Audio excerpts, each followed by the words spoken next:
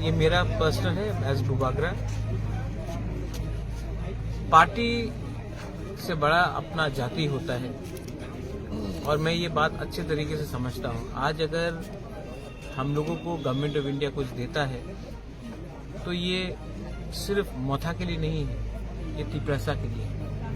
अगर आज हम लोग का बच्चा लोग अच्छा से हम लोगों को स्कूल मिलता है, परीक्षा उस स्क्रिप्ट से लिखा जाए जिससे हम लोग लिखना चाहते हैं, तो वो सिर्फ मोथा के लीडर्स के लिए नहीं होगा, सब पूरा तिपरसा के लिए।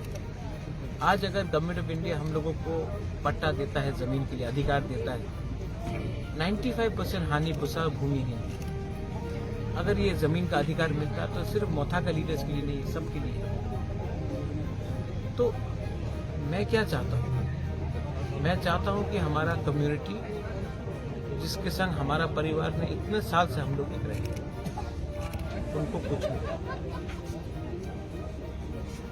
मेरा तबीयत ठीक नहीं है, मैं जानता हूँ, और मैं ये भी जानता हूँ कि मैं ज़्यादा दिन नहीं स्ट्रगल कर पाऊंगा। तो जब तक जिंदा हूँ अपने लोगों को कुछ दूंगा तो भगवान भी ऊपर में मुझे एक जगह देगा। लेकिन अगर मैं अपने लोगों को कुछ नहीं दे पाया तो मैं किसी के ऊपर बोझ नहीं बनना चाहता। और एमपी बन के गाड़ी मिलेगा, बंगला मिलेगा, मंत्री बन के बंगला मिलेगा, गाड़ी मिलेगा। गाड़ी तो है पहले से, घर भी है, लेकिन लोगों का दिल में अगर जगह आपको बनाना है तो त्याग देना पड़ता है, सैक्रिफाइस करना पड़ता है। तो अब मैं आपको अपील करता हूँ, आप लोग भी आज मीडिया में हैं, आप लोग सिर्फ मीडिया नहीं, आप लोग भी तिपरसा हैं। अपने बच्चे के बारे में सोचो।